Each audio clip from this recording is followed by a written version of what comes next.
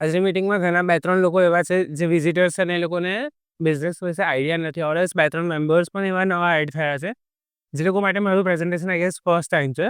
સો થોડું સ્ટાર્ટિંગથી સ્ટાર્ટ કરીશ. Okay.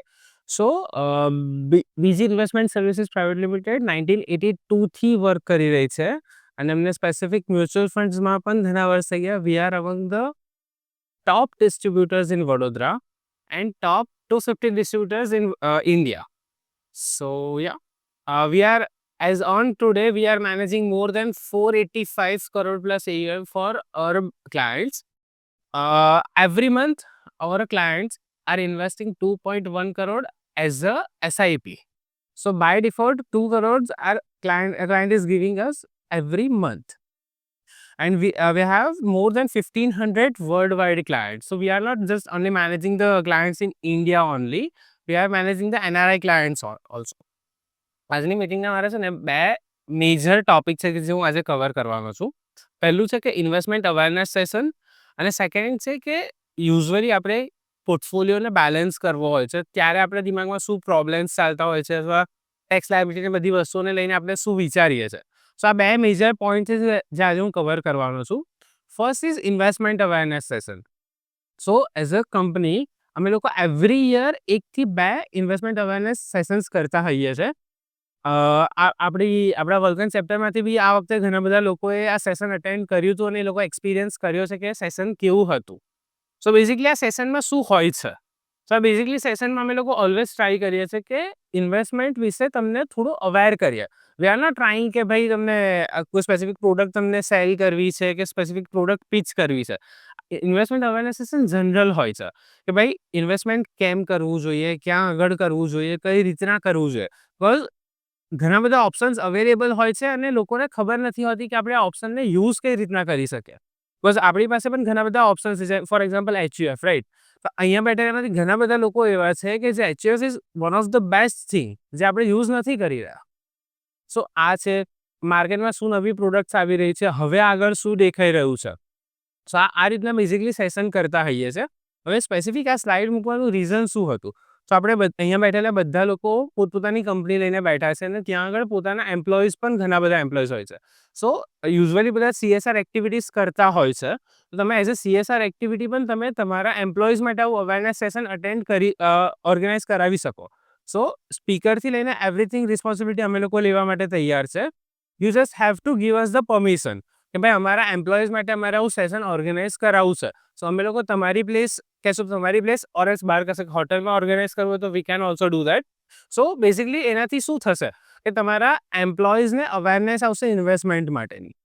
So that's the main reason કે આપણે કેમ આ અવેરનેસ સેશન્સ આપણા એમ્પ્લોઈઝ માટે રખાવી શકીએ.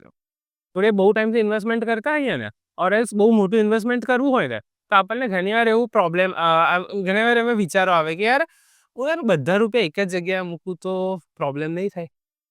ઓર એલ્સ કેટેગરીને લઈને જે લોકો ઇક્વિટીમાં ઇક્વિટી અથવા મ્યુચ્યુઅલ ફંડમાં એક્ટિવલી ઇન્વેસ્ટમેન્ટ કરતા હશે ને એ લોકોને આઈડિયા હશે કે યાર large cap, mid cap, small cap બહુ બધી કેટેગરીઝ અવેલેબલ છે, રાઈટ?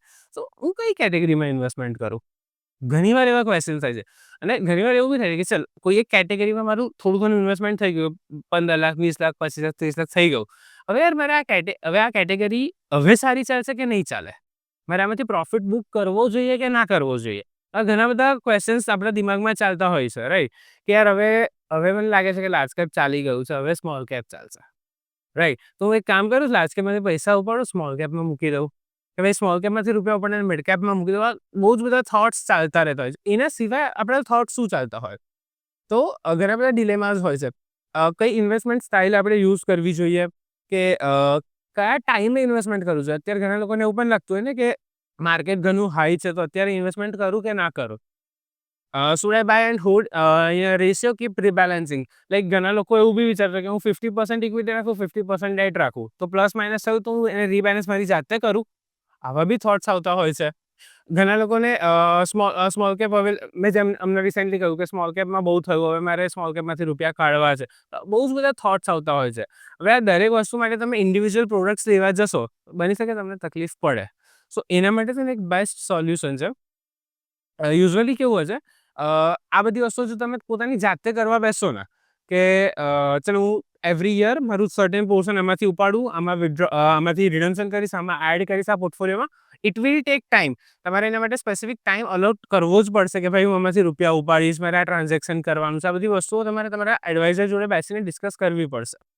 બીજું કે આવું કરવામાં બીજો એક ડર શું હોય કે યાર હું અહીંથી રૂપિયા ઉપાડીને ભરીશ ને તો મને લોંગ ટર્મ કેપિટલ ગેઇન ટેક્સની લાયબિલિટી આવશે. તો ટેક્સેશન પોઈન્ટ ઓફ વ્યૂથી આપણે વિચારવાનું છે. ત્રીજું કે બિહેવિયરલ એરર્સ.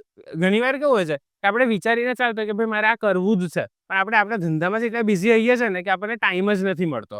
કેવું થાય છે, હા ચાલ ને કરું છું કરીને આપણે ઘણીવાર ભૂલી જતા હોઈએ છીએ, રાઈટ. સો આ બધી વસ્તુના સોલ્યુશન માટે છે ને HDFC એક સ્પેસિફિક નવું ફંડ લોન્ચ કર્યું છે, HDFC diversified equity all cap active fund of fund.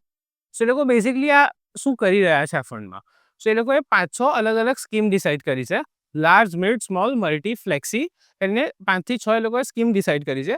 એ લોકો બધી જ સ્કીમમાં રૂપિયા ઇન્વેસ્ટમેન્ટ કરશે. સો જ્યારે ફંડ મેનેજરને લાગશે કે યાર હવે લાર્જ કેપ મોંઘું થયું છે, અહીંથી રૂપિયા કાઢીને સ્મોલ કેપમાં લો, તો એ લોકો એમની જાતે જ રૂપિયા ત્યાંથી કાઢશે, સ્મોલ કેપમાં લાગશે. લાગે છે કે અહીં આગળ સ્મોલ કેપમાંથી કાઢીને લાર્જ એન્ડ મિડમાં જશે તો એ લોકો ત્યાંથી એમ શિફ્ટ થઈ જશે. સો બેઝિકલી ફંડ મેનેજર પાસે બધા ઓપ્શન્સ ખુલ્લા હોય છે અને એમાં એ કેસમાં તમને પણ ટેક્સ લાયબિલિટી નહીં આવે. સો વિધાઉટ ટેક્સ લાયબિલિટી આપણે બધી વસ્તુઓ મેનેજ કરી શકીએ છીએ. So this is all about my presentation. These are the specific views. જોઈતી હોય તો આપણે એને ગ્રુપમાં શેર કરી દઈશું. Thank you so much. Any question, any feedback